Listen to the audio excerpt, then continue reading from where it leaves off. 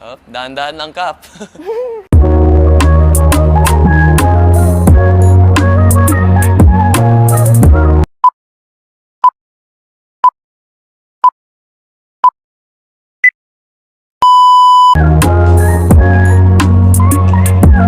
Inilig at nabuhayan ng loob ang mga shippers ng Cap Ford dahil sa paayuda na binigay nila. At confirm na hindi nga si Caprice ang binackstab ni na Anton at Clifford. Kaya na guys, konting recap lang. Sa una nating upload, marami kasi ang nagtanong kung totoo nga ba na ang issue na yun ay para nga kay Caprice yung sinasabi ni na Anton at Clifford.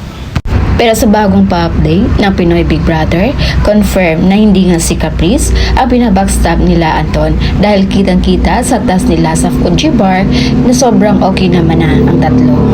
Halata naman sa kinilos ng tatlo na walang namagitang issue sa kanila. Kaya moving forward tayo guys dahil ang Cafford sobrang nagpakilig ngayon sa mga shippers nila. Sa konting payuda ng Cafford na nahagip sa kamera, sobrang kinilig na ang lahat.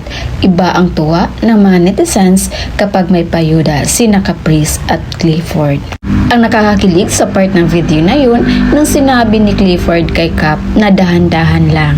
Ang sweet kasi ng boses ni Clifford sa pagkasabi nun kay Caprice.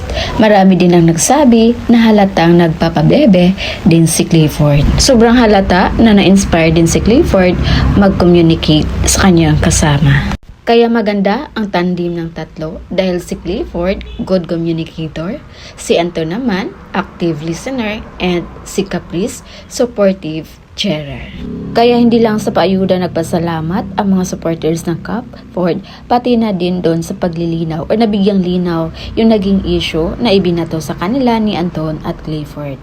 Kumbaga, nagpasalamat sila dahil nalinis daw ang pangalan ni Caprice. So yun muna yung pa-update natin guys. And again, this is Winel's TV. Thank you for watching.